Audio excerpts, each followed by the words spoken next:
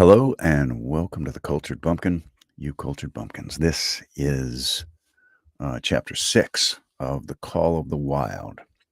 If this is your first time, um, I have already done the other 5 chapters, so feel free to go back and listen to those.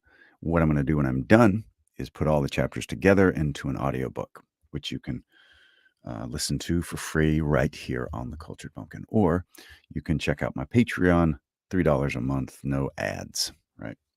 Either way, you can get it if you like audiobooks like I do.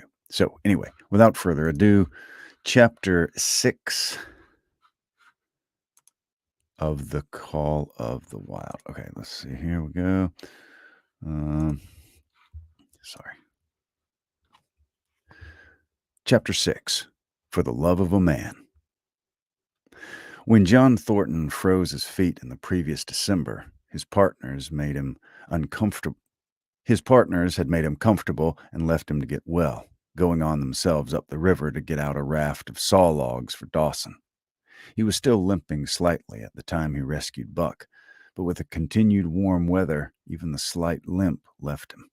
And here, lying by the riverbank, through the long spring days, watching the running water, listening lazily to the songs of birds and the hum of nature, Buck slowly won back his strength. A rest comes very good after one has traveled 3,000 miles, and it must be confessed that Buck waxed lazy as his wounds healed, his muscles swelled out, and the flesh came back to cover his bones. For that matter, they were all loafing. Buck, John Thornton, and Skeet and Nig, waiting for the raft to come that was to carry them down to Dawson. Skeet was a little Irish setter who early made friends with Buck, who in a dying condition was unable to resent her first advances. She had the doctor trait which some dogs possess, and as a mother cat washes her kittens, so she washed and cleansed Buck's wounds. Regularly each morning after he had finished his breakfast, she performed her self-appointed task, till he came to look for her ministrations as much as he did for Thornton's. Nig, equally friendly though less demonstrative, was a huge black dog, half bloodhound and half deerhound, with eyes that laughed and a boundless good nature. To Buck's surprise, these dogs manifested no jealousy towards him. They seemed to share the kindliness and largeness of John Thornton. As Buck grew stronger, they enticed him into all sorts of ridiculous games, in which Thornton himself could not forbear to join, and in this fashion Buck romped through his convalescence and into a new existence. Love, genuine, passionate love, was his for the first time. This he had never experienced at Love, genuine, passionate love, was his for the first time. This had never been experienced at Judge Miller's down in the sun-kissed Santa Clara Valley. With the judge's sons hunting and tramping, it had been a working partnership. With the judge's grandsons, a sort of pompous guardianship, and with the judge himself, a stately and dignified friendship. But love that was feverish and burning, that was adoration, that was madness, it had taken John Thornton to arouse. This man had saved his life, which was something. But further, he was the ideal master. Other men saw to the welfare of their dogs from a sense of duty and business expediency. He saw to the welfare of his as if they were his own children, because he could not help it. And he saw further. He never forgot a kindly greeting or a cheering word, and to sit for a long talk with him. Gas, he called it, as was as much his delight as theirs. He had a way of taking Buck's head roughly between his hands and resting his own head upon Buck's, of shaking him back and forth, the while calling him ill names that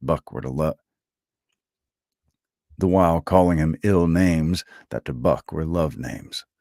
Buck knew no greater joy than that rough embrace and the sound of murmured oaths, and at each jerk back and forth it seemed that his heart would be shaken out of his body, so great was its ecstasy.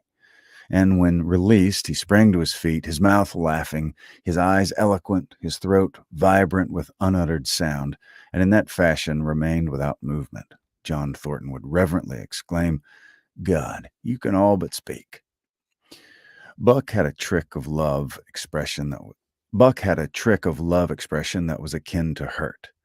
He would often seize Thornton's hand in his mouth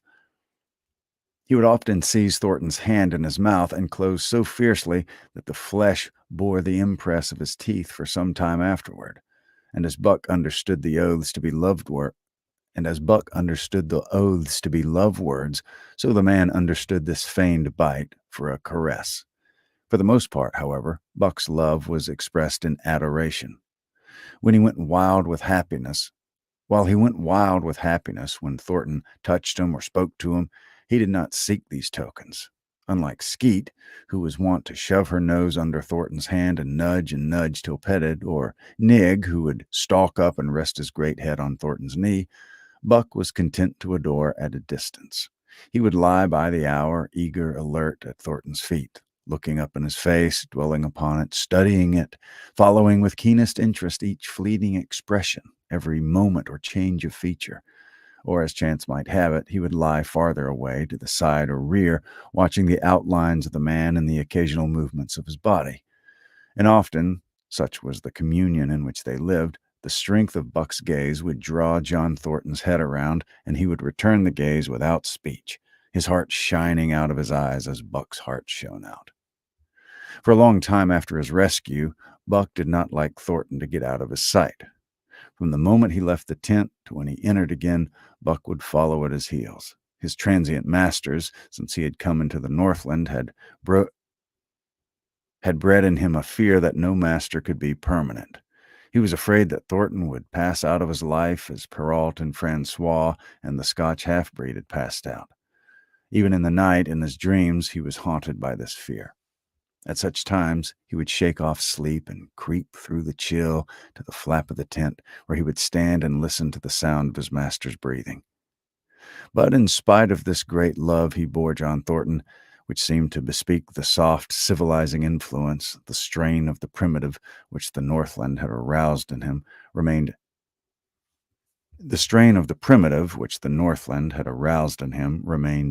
alive and active.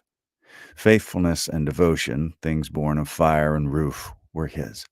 Yet he retained his wildness and wiliness. He was a thing of the world, come in from the wild to sit by John Thornton's fire, rather than a dog of the soft Southland stamped with the marks of generations of civilization. Because of his very great love, he could not steal from this man, but from any other man in any other camp he did not hesitate an instant, while the cunning with which he stole enabled him to escape detection. His face and body were scored by the teeth of many dogs, and he fought as fiercely as ever and more shrewdly. Skeet and Nig were too good-natured for quarreling. Besides, they belonged to John Thornton. But the strange dog, no matter what the breed or valor, swiftly acknowledged Buck's supremacy or found himself struggling for life with a terrible antagonist. And Buck was merciless. He had learned well the law of club and fang, and he never forewent an advantage or drew back from a foe he had started on the way to death. He had lessoned from Spitz and from the chief fighting dogs of the police and mail, and he knew there was no middle course. He must trust master or be mastered, while to show mercy was a weakness. Mercy did not exist in the primordial life. It was misunderstood for fear, and such misunderstandings made for death. Kill or be killed, eat or be eaten, was the law, and this mandate, down out of the depths of time, he obeyed. He was older than the days he had seen and breaths he had drawn. He linked the past with the present, and the eternity behind him throbbed through him in a mighty rhythm to which he swayed as the tides and seasons swayed. He sat by John Thornton's fire, a broad-breasted dog, white-fanged and long-furred. But behind him were the shades of all manner of dogs, half-wolves and wild wolves, urgent and prompting, tasting the savor of the meat he ate, thirsting for the water he drank, scenting the wind with him, listening with him, and telling him the sounds made by the wildlife in the forest. Dictating his moods, directing his actions, lying down to sleep with him when he lay down, and dreaming with him and beyond him, and becoming themselves the stuff of his dreams. So So did these shades beckon him, that each day mankind and the claims of mankind slipped farther from him. Deep in the forest, a call was sounding, and as often as he heard this call, mysteriously thrilling and luring, he felt compelled to turn his back upon the fire and beat earth around it, and to plunge into the forest, and on, he knew not where or why. Nor did he wonder where or why, the call sounding imperiously deep in the forest. But as often as he gained the soft, unbroken earth and green shade, the love for John Thornton drew him back to the fire again. Thornton alone held him.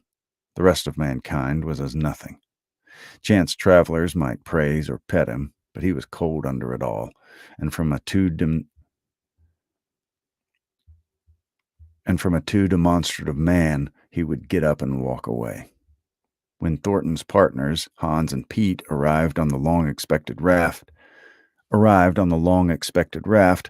Buck refused to notice them till he learned they were close to Thornton.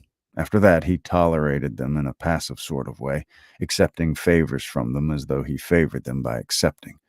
They were of the same large type as Thornton, living close to the earth, thinking simply and seeing clearly, and ere they swung the raft into the big eddy by the sawmill at Dawson, they understood Buck and his ways, and did not insist upon an intimacy such as obtained with Skeet and Nick. For Thornton, however, his love seemed to grow and grow. He alone among men could put a pack upon Buck's back in the summer traveling. Nothing was too great for Buck to do when Thornton commanded. One day, they had grub-staked themselves from the proceeds of the raft and left Dawson for the headwaters of the Tanana. And the men and dogs were sitting on the crest of a cliff which fell away straight down to naked bedrock 300 feet below. John Thornton was sitting near the edge, Buck at his shoulder. A thoughtless whim seized Norton, and he drew the attention of Hans and Pete to the experiment he had in mind. "Jump, Buck," he commanded, sweeping his arm out and over the chasm. The next instant he was grappling with Buck on the extreme edge, while Hans and Pete were dragging them back into safety. "It's uncanny," Pete said after it was over and they had caught their speech. Thornton shook his head. "No, it's splendid, and it's terrible, too. You know, it sometimes makes me afraid." "I'm not hankering to be the man that lays hands on you while he's around," Pete announced conclusively, nodding his head toward Buck. "Py jingo," was Hans's contribution. "Not mineself either."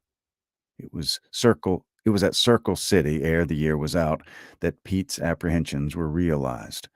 Black Burton, a man evil-tempered and malicious, had been picking a quarrel with a tenderfoot at the bar when Thornton stepped good-naturedly between.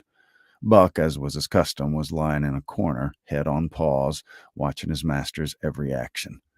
Burton struck out, without warning, straight from the shoulder. Thornton was sent spinning and saved himself from falling only by clutching the rail of the bar. Those who were looking on heard what was neither bark nor yelp, but a something which is best described as a roar, and they saw Buck's body rise up in the air as he left the floor for Burton's throat. The man saved his life by instinctively throwing out his arm, but was hurled backward to the floor with Buck on top of him.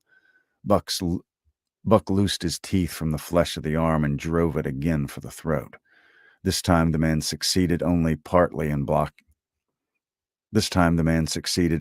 partly blocking, and his throat was torn open.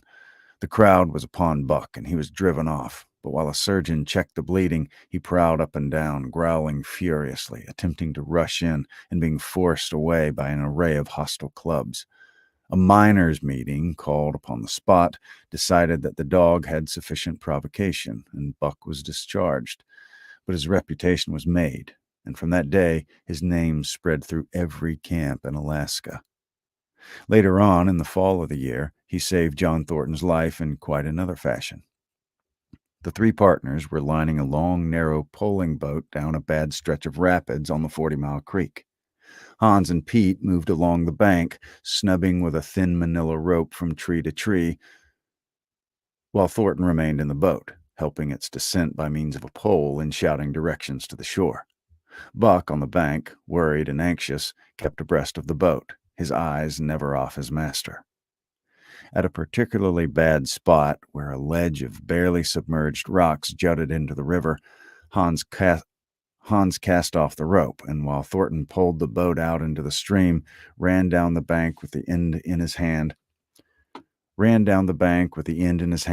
to snub the boat when it had cleared the ledge. This it did, and was flying downstream in a current as swift as a mill race, when Hans checked it with a rope and checked too suddenly. The boat flipped over,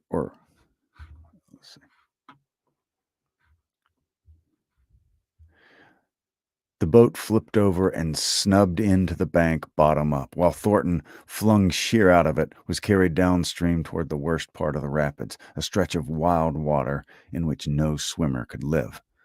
Buck had sprung in on the instant, and at the end of 300 yards, amid a mad swirl of water, he had overhauled Thornton. He felt him grasp his tail. Buck headed for the bank, swimming with all his splendid strength. But the progress shoreward was slow, the progress downstream amazingly rapid. From below came the fatal roaring, where the wild current went wilder and was rent in shreds and spray by rocks which thrust through like the teeth of an enormous comb. The suck of the water, as it took the beginning of the last steep pitch, was frightful, and Thornton knew that the shore was impossible. He scraped furiously over a rock, bruised across a second, and struck a third with crushing force. He clutched its slippery top with both hands, releasing Buck, and above the roar of the churning waters shouted, "Go, Buck, go!" Buck could not hold his own, and swept on downstream, struggling desperately, but unable to win back. When he heard Thornton's repeated command, he partly reared out of the water, throwing his head high, as though for a last look, then turned obediently toward the bank. He swam powerfully and was dragged ashore by Pete and Hans at the very moment where swimming ceased to be possible and destruction began.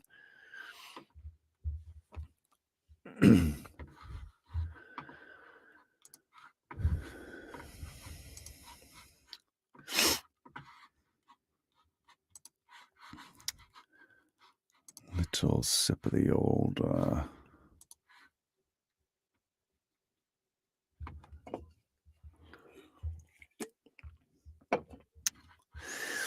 They knew that the time a man could cling to a slippery rock in the face of that driving current was a matter of minutes, and they ran as fast as they could up the bank to a point far above where Thornton was hanging on. They attached the line with which they had been snubbing the boat to Buck's neck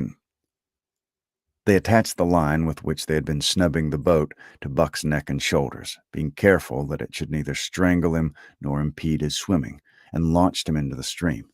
He struck out boldly, but not straight enough into the stream.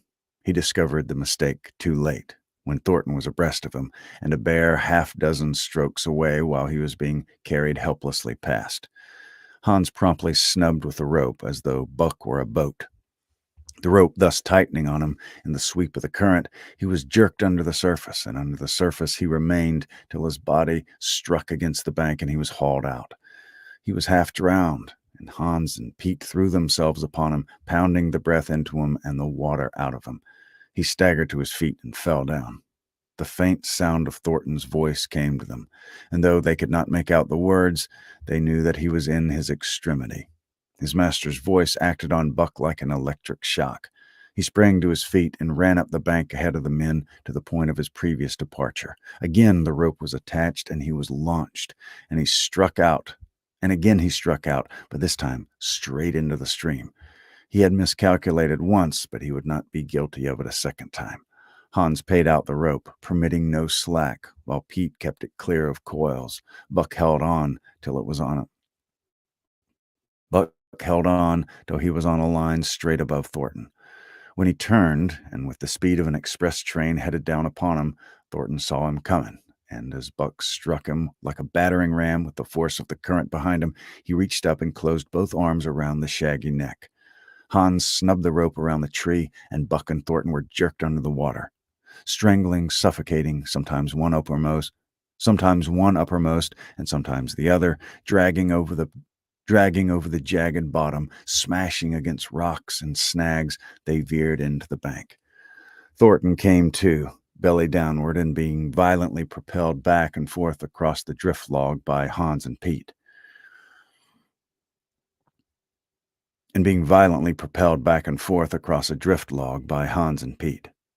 His first glance was for Buck, over whose limp and apparently lifeless body Nig was setting up a howl, while Skeet was licking the wet face and closed eyes. Thornton was himself bruised and battered, and he went carefully over Buck's body. When he had been brought around, finding 3 broken ribs. "That settles it," he announced. "We camp right here." And camp they did, till Buck's ribs knitted and he was able to travel.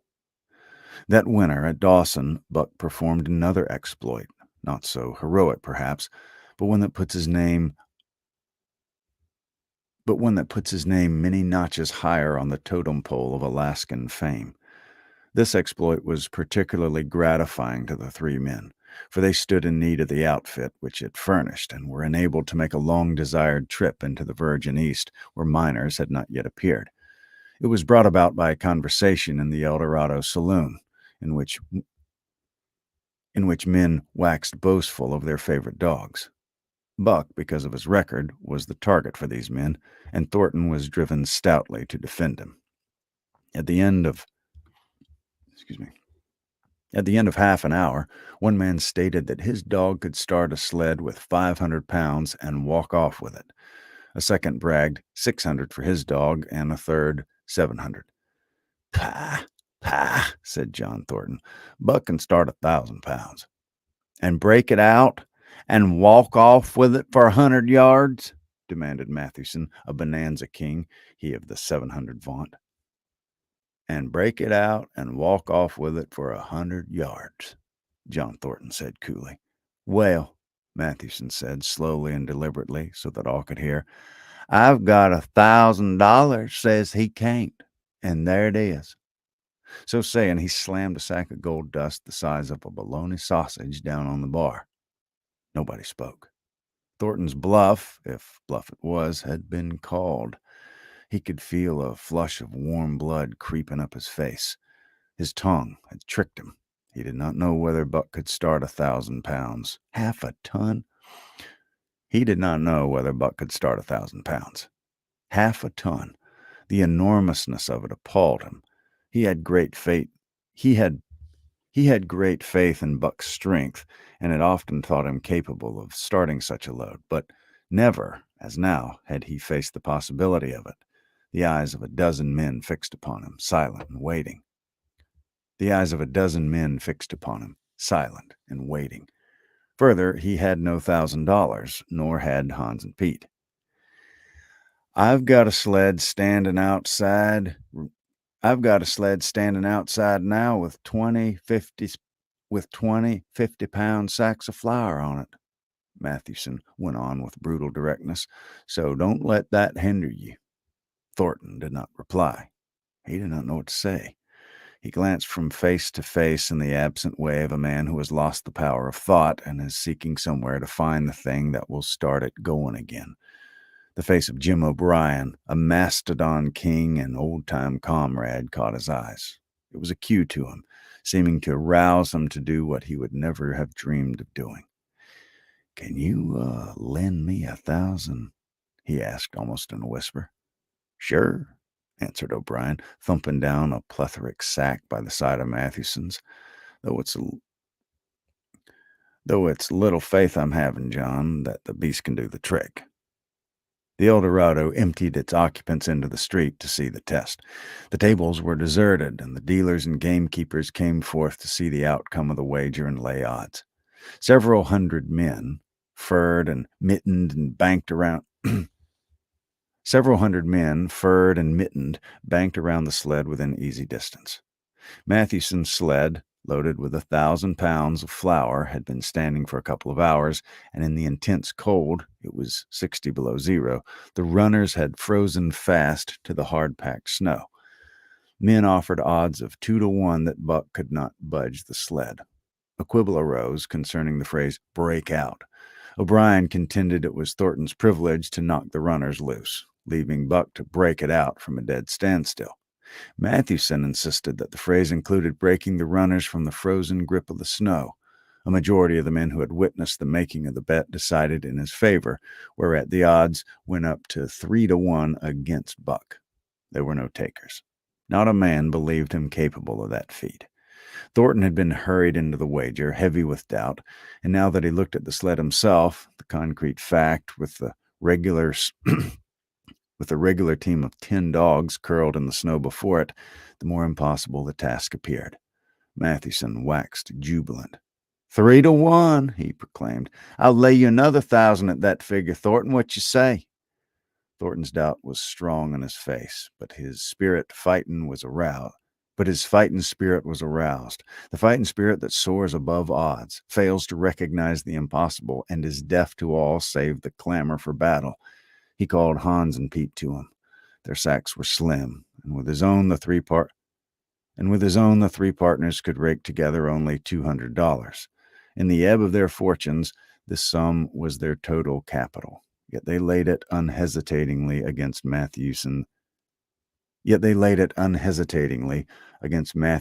600. The team of 10 dogs was unhitched, and Buck, with his own harness, was put into the sled. He caught the contagion of the excitement and felt that in some way he must do a great thing for John Thornton. Murmurs of admiration at his splendid appearance went up. He was in perfect condition, without an ounce of superfluous flesh, and the 150 pounds that he had weighed were so many pounds of grit and virility. His furry coat shone with the sheen of silk. Down the neck and across the shoulders, his mane, in repose as it was, half bristled and seemed to lift with every movement, as though excess of vigor made each particular hair alive and active. The great breast and heavy forelegs were no more than in proportion with the rest of his body, where the muscles showed in tight rolls underneath the skin. Men felt these muscles and proclaimed them hard as iron, and the odds went down to 2-1. Gad, sir, stuttered a member of the latest dynasty, a king of the skookum benches. I offer you 800 for him, sir. Before the test. 800, just as he stands. Thornton shook his head and stepped over to Buck's side. You must stand off from him, Mathewson protested. "Free play and plenty of room." The crowd fell silent. Only could be heard the voices of the gamblers, vainly offering 2-1. Everybody acknowledged Buck a magnificent animal, but 20 50-pound sacks of flour bulked too large in their eyes for them to loosen their pouch strings. Thornton knelt down by Buck's side. He took his head with his hands and rested cheek on cheek. He did not playfully shake him, as was his wont, or murmur soft love curses, but he whispered in his ear, "As you love me, Buck, as you love me," was what he whispered. Buck whined with suppressed eagerness. The crowd was watching curiously. The affair was growing mysterious. It seemed like a conjuration. As Thornton got to his feet, Buck Buck seized his mittened hand between his jaws, pressing in with his teeth and releasing slowly, half reluctantly. It was the answer in terms not of speech, but of love. Thornton stepped well back. "Now, Buck," he said. Buck tightened the traces, then slacked them for a matter of several inches. It was the way he had learned. "Gee!" Thornton's voice rang. Thornton's voice rang out, sharp in the tense silence. Buck swung to the right, ended the movement in a plunge that took up the slack and, with a sudden jerk, arrested his 150 pounds. The load quivered, and from under the runners arose a crisp crackling. "Haw!" Thornton commanded. Buck duplicated the maneuver, this time to the left. The crackling turned into a snapping, the sled pivoting and the runners slipping and grating several inches to the side. The sled was broken out. Men were holding their breaths, intensely unconscious of the fact. "Now mush!" Thornton's command cracked out like a pistol shot. Buck threw himself forward, tightening the traces with a jarring lunge. His whole body was gathered compactly together in the tremendous effort.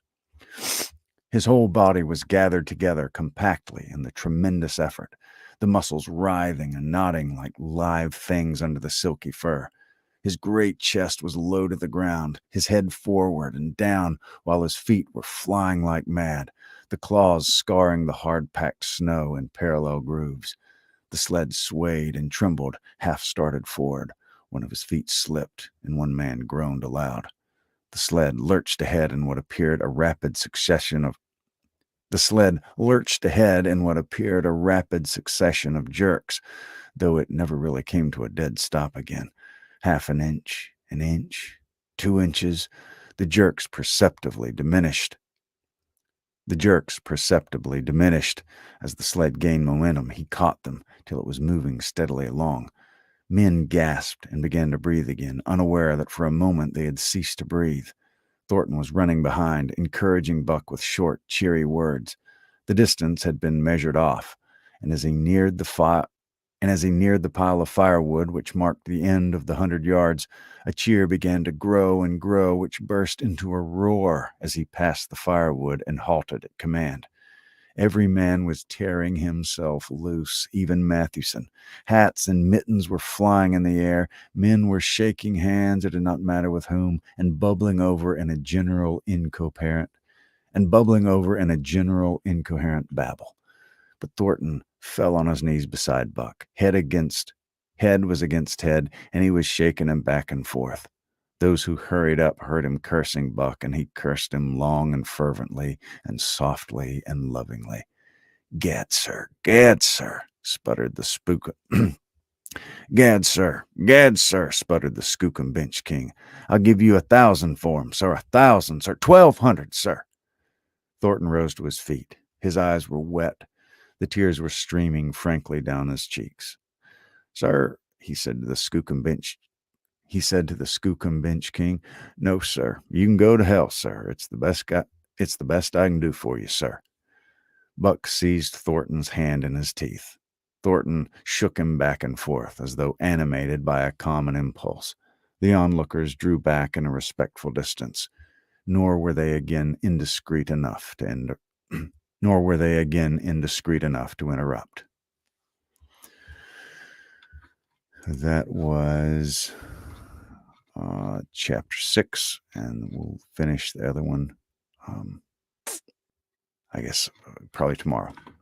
Then we will be done. So, thank you very much for watching. Hope you enjoyed that. Make sure you check out the other ones and subscribe so you can see the whole book when it gets edited and put on here. So, thank you very much for watching. Talk to you later.